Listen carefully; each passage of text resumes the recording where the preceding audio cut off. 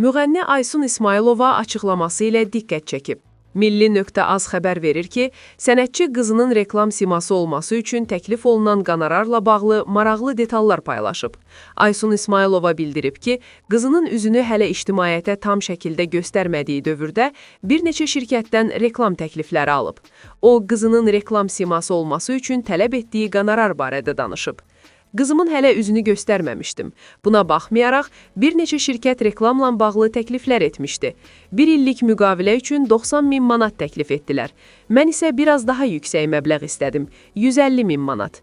Dedilər ki, il ərzində çəkilişlər olacaq, hər yerə gələcəksiniz, bütün tədbirlərimizdə iştirak edəcəksiniz, sosial şəbəkələrdə paylaşımlar ediləcək. Yəni, tələblər heç 90 minlik reklamdan da çox idi.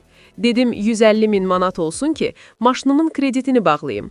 Müğənninin bu etirafı sosial şəbəkələrdə geniş müzakirələrə səbəb olub.